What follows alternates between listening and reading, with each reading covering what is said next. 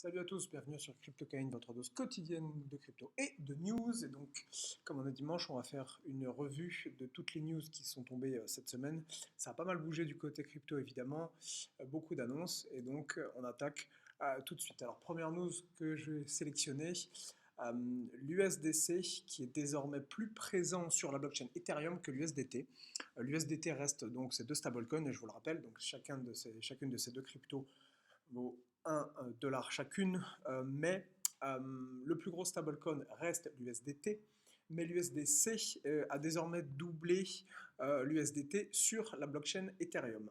Alors pourquoi? Tout simplement pour une raison simple, Ethereum c'est beaucoup de DeFi, donc la finance décentralisée. Beaucoup de projets utilisent l'USDC au lieu de l'USDT, et donc on voit que l'USDC a pris le pas sur donc l'USDT sur le réseau Ethereum.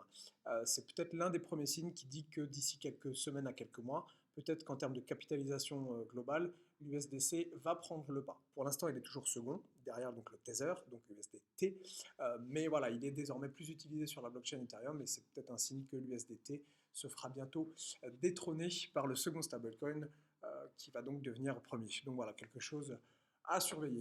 Ensuite, on a Rio de Janeiro, donc on a le maire de la ville qui a parlé et qui a dit récemment que, entre autres, il a fait plusieurs annonces, mais il a dit entre autres que la ville s'engagerait donc à investir 1% du trésor public dans les cryptos.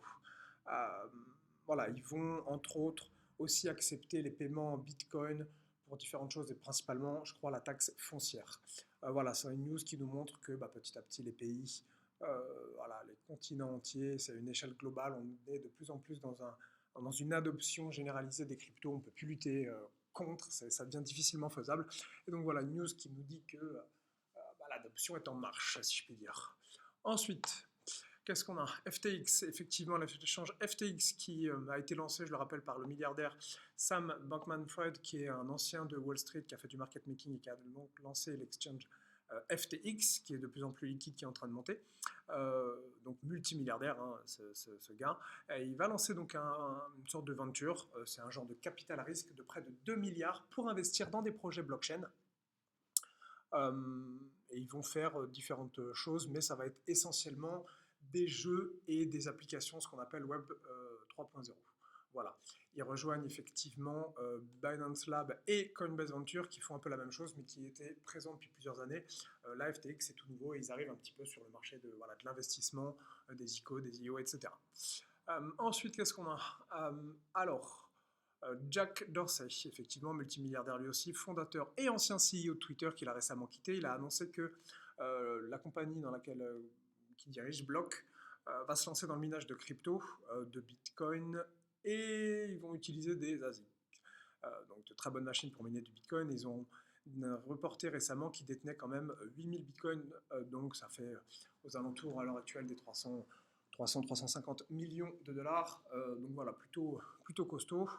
Là aussi, ça montre qu'on a des gens, des têtes pensantes, des gens très importants qui viennent pas forcément de l'écosystème crypto et qui eux aussi sont dans une mentalité d'adoption et pro-crypto. Donc ça aussi, c'est plutôt une bonne chose, je dirais, pour l'adoption générale qu'on va avoir par rapport à tout l'écosystème. Ensuite, qu'est-ce qu'on a? La Chine. Alors la Chine qui, donc, alors la Chine, c'est un peu spécial ce qui se passe. Ils sont pas fait chier, si je puis dire, c'est simple. Eux, ils ont interdit les cryptos, interdit le trading de crypto et aussi le minage.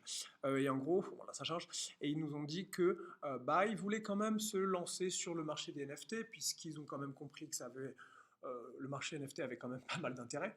Et donc, ils ont récemment reporté que le Blockchain Service Network, donc BSN, le réseau en gros de l'État chinois, devrait peut-être proposer bientôt sa propre plateforme de NFT. Alors ce qui est particulier, c'est qu'en gros ils disent que cette plateforme ne sera pas compatible avec les vrais NFT, ceux qui marchent sur le système, sur les blockchains Ethereum, Solana, etc. Donc il s'agira d'un système en fait complètement fermé. Ce sera leur propre système. Voilà, ils vont utiliser donc ce genre de blockchain pour faire ça. Ils ont compris, même s'ils avaient banni les cryptos, ils ont compris qu'il y avait quand même un intérêt aux NFT et donc ils veulent, je dirais, prendre leur part du gâteau. Effectivement, la Chine considère que si les NFT ne sont pas une menace en tant que telle, c'est le cas tant que c'est pas lié aux crypto-monnaies. Et évidemment, comme vous vous en doutez, apparemment de ce que j'ai pu lire, seul le yuan sera accepté. Là aussi, centralisation, décentralisation, bon, on verra comment ça évolue, mais voilà, ils ont fait une annonce récemment. Tesla, alors avec évidemment Elon Musk, donc Tesla, qu'est-ce qui se passe? Alors récemment, Tesla avait annoncé qu'ils acceptaient le Dogecoin et ça avait bondi. Donc on rappelle qu'un petit peu plus, il y a de ça quelques semaines, ils avaient dit on accepte les bitcoins et en fait ils avaient annulé l'annonce en disant que les achats en bitcoin c'était trop de consommation énergétique, etc. Donc en fait ils avaient annulé. Et là récemment ils ont dit qu'ils acceptaient les paiements en Dogecoin. Dogecoin, c'était donc la news date du 14 janvier. Et donc le 14 janvier, c'était cette bougie sur Dogecoin. Bah, vous voyez qu'en gros, du plus bas au plus haut, ça avait quand même fait un truc assez sympa, puisqu'on avait quand même balayé 30%. Pour la même journée, si jamais je vous montre Bitcoin, donc le 14, ça correspond à cette bougie-là. Vous voyez qu'en gros, on a balayé on a fait même pas de 4%, c'était cette bougie-là. Donc vous voyez que c'était quand même plutôt une annonce plutôt sympa, pas mal de spéculation, on le voit avec cette mèche. Bon, à voir si ça tient ou pas. Là aussi, Elon Musk avait déjà montré qu'il était plutôt pro Dogecoin, apparemment il en a. Ça n'a pas manqué d'enflammer les réseaux sociaux et tout le monde s'est excité. Est-ce que c'est durable ou est-ce que c'est simplement un coup marketing pour manipuler le marché comme il l'a déjà fait avec Tesla et pour manipuler Dogecoin, dont Elon Musk aurait un nombre apparemment non négligeable de Dogecoin, à voir, mais on sait qu'il est capable de coups de pub et marketing, donc méfiance. Est-ce que ça va durer ou est-ce que dans les prochains jours, les prochaines semaines, Tesla va annoncer qu'ils finalement ne prennent pas les paiements de Dogecoin? C'est une bonne question, pareil, ce sera à suivre. Ensuite, un peu de régulation, le Pakistan. Alors, qu'est-ce qui se passe au Pakistan? En gros, le gouvernement du Pakistan recommande et étudie la potentialité d'une interdiction totale des crypto-monnaies. Si cette annonce était adoptée, évidemment, c'est pas le cas encore, et le texte est à l'étude, mais si c'était adopté, le pays appliquerait même carrément des amendes aux exchanges qui opéraient sur leur territoire, et justifie cela en souhaitant protéger les investisseurs, évidemment. Ils protègent. Bon, c'est surtout que la décentralisation leur pose problème. Et donc, en gros, voilà, c'est potentiellement un axe qui est à l'étude, donc à voir. Mais voilà, parallèlement à ça, ce qui est assez rigolo, c'est qu'ils étudient aussi la mise en place d'une crypto-monnaie numérique qui évidemment sera approuvée et contrôlée par la Banque centrale. Donc bon, quand ils disent protéger leurs investisseurs, c'est simplement qu'encore une fois, on voit que la décentralisation ne leur plaît pas. Et donc, ils vont sans doute faire leur propre crypto. Bon, là aussi, c'est un peu une hypocrisie, mais enfin, voilà, on en est là. On continue sur l'aspect régulation. Dubaï et les Émirats Arabes Unis, alors plutôt là pour le coup, les Émirats Arabes Unis. On va terminer cette revue hebdomadaire avec une news assez intéressante. Eux, ils étudient la régulation des cryptos et de tout l'écosystème blockchain. En effet, les Émirats Arabes Unis et surtout Dubaï sont pas pour une interdiction, on le voit d'ailleurs un peu sur cette image, c'est un peu ça, ils travailleraient peut-être presque main dans la main. Le gouvernement avec des porteurs de projets, pourquoi? Parce qu'il y a tout un écosystème qui se développe à Dubaï, comme on peut le voir sur cet article. Beaucoup de sociétés qui s'immatriculent, pardon. Là récemment, CryptoOasis, donc un genre de consensus, a vu près de 130 compagnies blockchain qui se sont récemment enregistrées. Donc il y a tout un écosystème qui se développe à Dubaï et dans les pays avoisinants, et ils n'ont aucun intérêt direct à interdire les cryptos. Il y a énormément d'argent à Dubaï et aux alentours, donc ils ont plutôt intérêt en fait à réguler, de façon à pouvoir taxer évidemment, mais ils sont plutôt à l'étude d'une régulation plutôt qu'une interdiction. Donc ça, ce serait pas mal. Il y a aussi beaucoup de choses à faire à Dubaï, pas mal de porteurs de projets qui veulent aller ouvrir une société crypto là-bas, à voir effectivement est-ce qu'ils bannissent ou est-ce qu'ils régulent. Je pense qu'ils sont plutôt en route effectivement pour une régulation, ils n'ont aucun intérêt à bannir les cryptos. Clairement, voilà, ce sera à suivre, mais c'est en tout cas la voie que ça semble prendre pour l'instant.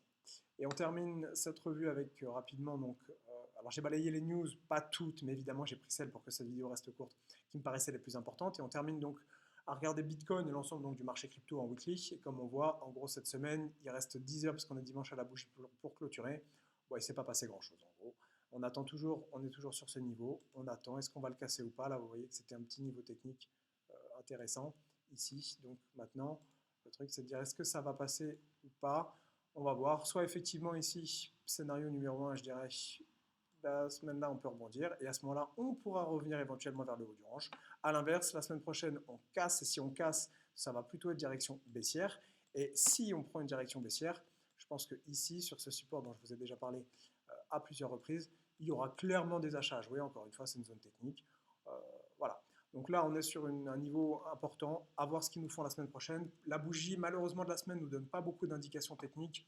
Vous voyez, c'est ce qu'on appelle une toupie en analyse technique, c'est-à-dire en gros, mèche haute, mèche basse. Bon, la bougie reste quand même haussière. Malheureusement, on a quand même un peu cassé les plus bas précédents ici. Donc, je serais méfiant. Voilà, à voir. Je pense que la semaine prochaine va être très importante. Encore une fois, soit on casse, et je pense que c'est direction sans aucun problème les 30 000, soit on se reprend, et là on pourra éventuellement viser le haut du range. Sur ces belles paroles, je vous dis à la semaine prochaine.